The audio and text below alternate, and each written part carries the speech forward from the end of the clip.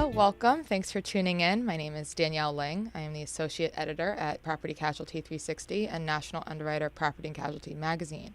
And today I'm joined by Mr. Troy Korsgaden, an expert consultant in the insurance industry with over 30 years of professional experience in the field. He is the author of his newly released book, Discussion Partner, A Radical Transformation to Unrivaled Service in the Insurance Industry, where he discusses issues and best practices regarding customer service and the digital revolution in the insurance industry. Troy has written a number of blogs as well as a few contributed articles for us on PC360, and we are so happy to have him here today. Troy, thanks so much for joining us. Thanks, Danielle. Excited to be here. Happy to have you. So before we get started, February is Insurance Careers Month, so that is going to be the theme of our discussion today. So to start us off, Troy, you talk about this a bit in an article you wrote for us recently on staffing plans, but can you identify what you think are the biggest talent issues facing insurance agencies today? Sure. I'd say the first one is retooling your existing staff. First, work with what you have. So foundationally, you want to make sure you got a great foundation moving forward. And then the second one would be attracting top talent, getting the best people, however they come into the organization, and then making sure that they grow and improve as you move forward. How do you think agencies are going to be most successful in doing those things? Well, the first thing is finding the right people, right? It doesn't matter whether you're a dry cleaner. It doesn't matter if you're in the insurance business. You need to have the right people on your team. And so we look for people that have two attributes. One, they want to grow. And two, they got a great attitude. My brother always says you can't teach a person to have a great attitude, but I can train them how to be great in business.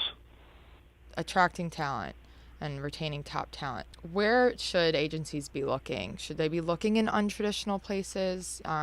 There's conversations around changing desired work environments, working from home, making that more accessible to people, working mothers being able to work from home. How do you reach the unlikely candidate?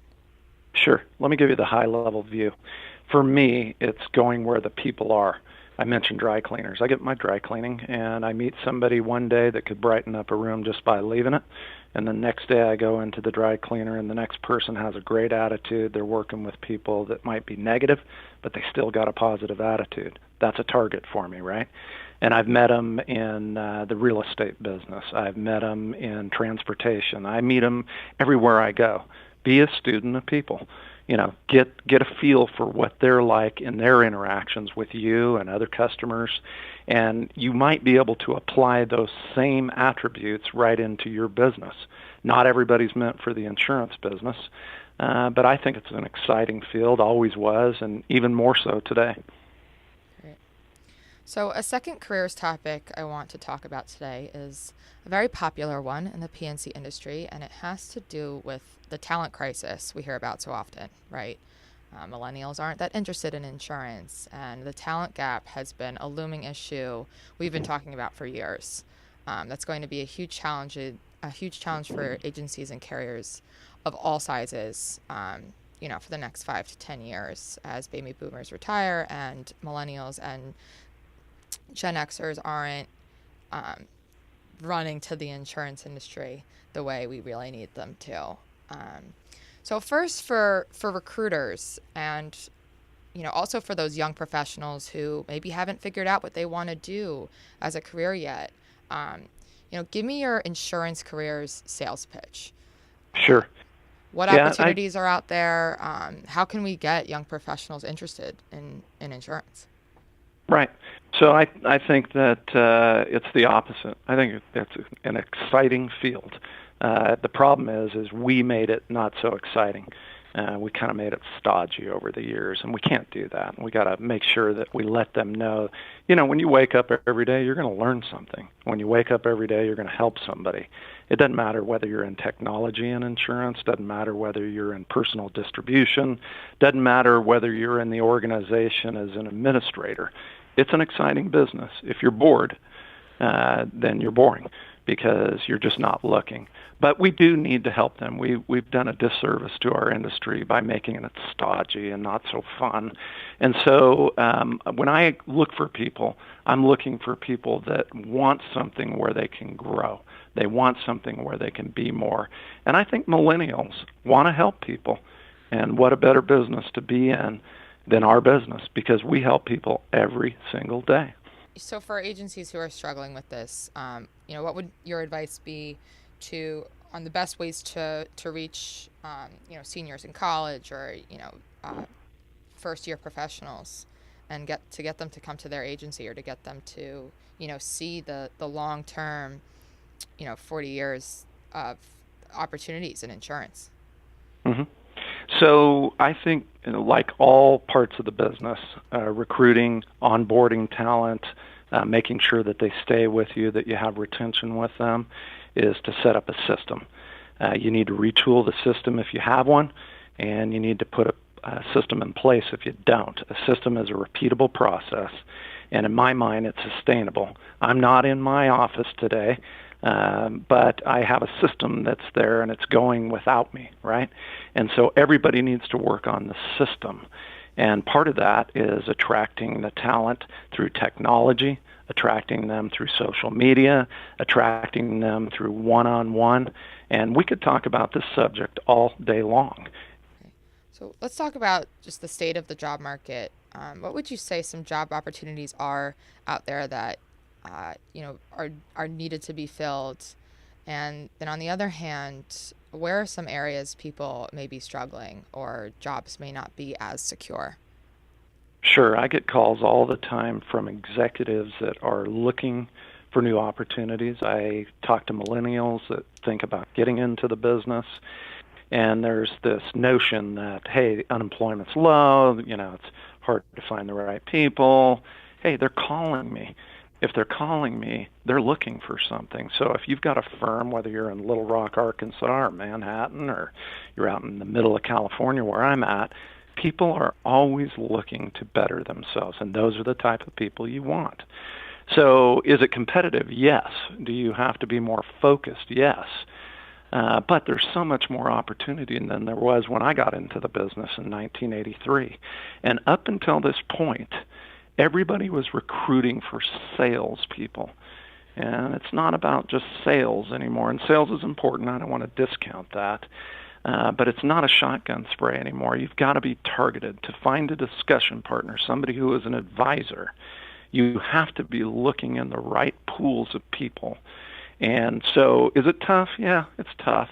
But if you want to be good, you got to be willing to go out on a limb, as the old saying says. That's where all the fruit is. So how would you use technology in assisting you to recruit top talent? Technology is a must, and I work with firms, I work with carriers, and I believe that technology is part of a larger ecosystem in our business. It still gets down to personal, right? Technology assists us. And so my work as a consultant, I help people to install systems and technologies. One, because if you own a firm or you're part of a firm, it's hard to do business today compared to what it was yesterday, because there were fatter commissions, fatter contingencies.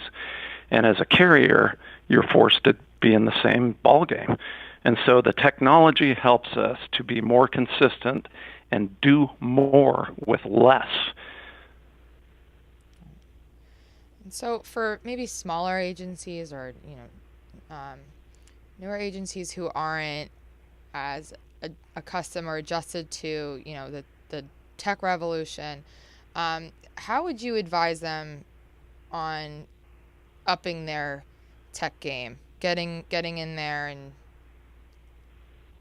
and doing what they need to do to get on the next level? Definitely a great question, because doing more with less. Today, you can buy technology to enter into the game, and I've seen them as low as $60 a month for a firm, where you can manage your recruiting. And they do things like you enter them in, they help you administer a test to make sure they're the right person. It helps put them with an algorithm who's the best candidate. And the technology doesn't replace everything, but again, it helps enhance our system. And so as you enter in with a low cost, you can broaden that by investing more dollars once you see how the technology has helped you, because you just get one top candidate who is a profit center, not a cost center, and you've won the day. And then continuous improvement from there. Going from there, how are agencies going to keep their recruits, retain their top talent? Sure, agencies, firms, carriers, everybody's looking for retention of employees, and everybody wants them to be a profit center, right? And if they're a profit center and not a cost center, we want them to grow. But hey, we don't want them, stolen away from somebody else after we've invested in them, trained them. One is to just really sit down and think the whole thing out. And, what type of environment do we have at our firm? What type of education are we giving them? Are we giving them flexibility? An example would be millennials. They want different things. Now, I'll tell you, they want the money. It's a misnomer. They want the money, but it's not always the top of the priority list. Let me give you just a few little things that I advise people on. Have the tools they have at home at work. You can't have a gateway computer at your office for them to work on. They're used to using something that's a lot more nimble. Give them digital tools. Give them the things that they can apply easily in business. And it makes it more fun for them to come to work. And fun being the big one here. Is my place fun to be in? Do they get excited to come into work? Because there are some negatives in our business, right? And we got to keep them motivated. We got to keep them happy. We got to keep them, when they're in front of people, with the right attitude. And part of that is giving them the tools that they feel the most comfortable with. Right.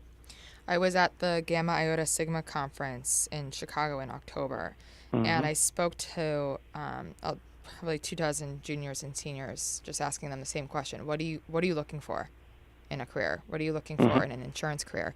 And the biggest response was about technology, about and generally just opportunities for them to learn and to grow. They talked about travel. They talked about career plans and companies investing in them in their future. And so that was the biggest takeaway. And we hear the same thing. Right. Yeah, I agree, Daniel. Right. There was a few about working from home. There were still, those cultural things. But the biggest one was, they're really interested in putting the work in and growing, which I thought was really awesome. Definitely. Awesome. Okay, well, thank you so much for joining us, Troy. I really appreciate your insight. It was a great discussion. Thank you, Danielle. All right, awesome. Hopefully we could talk again soon. You bet. Okay, so for more, stay connected with PC360 and sign up for our e-newsletters. You can follow me on Twitter at PC360_risk or connect with me on LinkedIn. I'd love to hear from you about any questions or topics you'd like for us to cover in future stories or podcasts. Again, my name is Danielle Ling, and thanks so much for joining us.